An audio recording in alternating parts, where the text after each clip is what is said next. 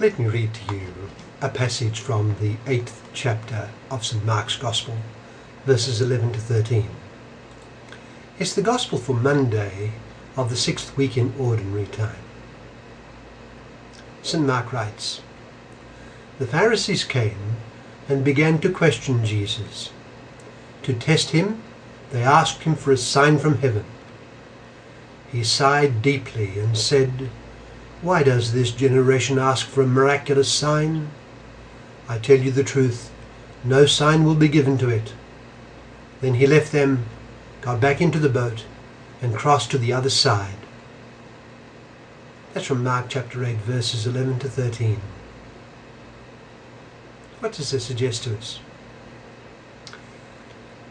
Well, my impression is that outside the population of believers who truly practice their religion, miracles are generally viewed with disinterest and skepticism. Of course, the Catholic Church, for instance, views claims of miracles with some skepticism too. The assumption is that things happen according to the laws of nature, that nature of which God is the author, until in some particular case the contrary is shown to have moral certainty. Newman once claimed in a sermon of 1826 that it was Revelation's insistence on one infinite creator which was a significant stimulus to the scientific mentality. Prior to the dogma of one creator of all, man tended to consider the governance of the world as being in the hands of a host of deities, each with a different stake in the world's activity.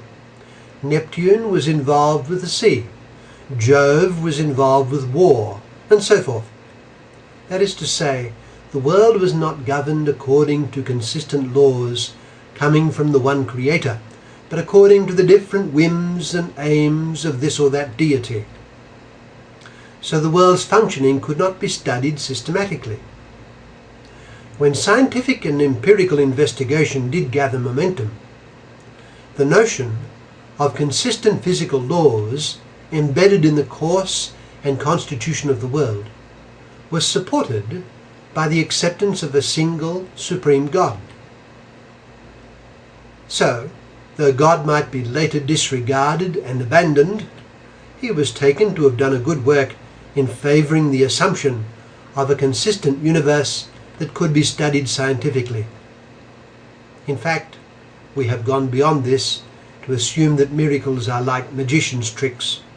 If only we knew what is happening out of sight, behind the scenes, we could explain everything that we see being done. It is also assumed that religion rests on claims of miracles, whereas in reality it is only part of the broad basis of religion. The long and the short of it is that there is, among very many, a modern prejudice against claims of miracles. When the Church accepts the fact of a miracle as a divine stamp of approval for its conclusion that an individual practiced heroic Christian virtue, that ecclesiastical decision about miracles tends to be dismissed as slightly ridiculous and certainly over-credulous. The miracle is a non-event. So it is taken. The modern prejudice against claims of miracles is in effect a statement that they are so unlikely as not to warrant acceptance. They lack all antecedent probability, so they cannot be accepted seriously. This prior assumption against their probability can be so great as to leave a person absolutely cold in the face of excellent evidence for the miracle in question. It reminds us that the acceptance of something beyond temporal experience is not just a matter of rational evidence, nor even that seeing is believing. Of critical importance are fundamental attitudes and prior assumptions in the face of reality.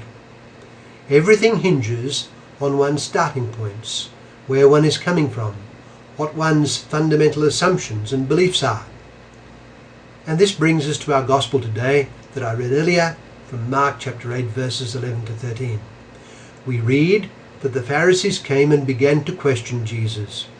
To test him, they asked him for a sign from heaven. They were not instances, these Pharisees, of modern secular man, instinctively rejecting the notion of a miracle while condescendingly tolerant of benighted believers and religious institutions such as the Catholic Church. No, the Pharisees absolutely accepted miracles and demanded them. But the problem was still a matter of their prior assumptions, their beliefs and attitudes. They were hostile towards Jesus Christ, and their request for a sign from heaven was but the manifestation of this hostility. Even if Jesus had provided them with a sign from heaven there and then, they would not have believed. On one occasion, our Lord was teaching a crowd in a filled house, and from the roof there was lowered a paralytic on his stretcher. Our Lord proceeded to forgive the man's sins, and by way of proof of his authority to do this, he proceeded forthwith to heal the man of his paralysis. But the scribes and Pharisees immediately went off into consultation with one another on how to do away with him. The miracle had absolutely no effect. In our gospel today, our Lord sees in the hearts of his interlocutors the same hostile attitude of heart.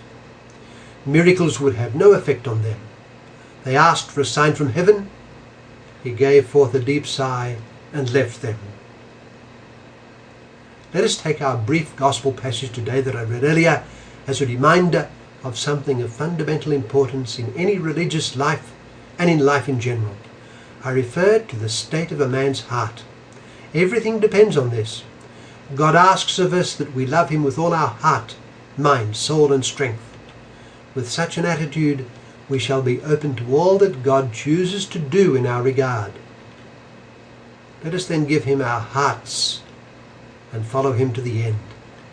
We shall indeed see many signs of his person and his love.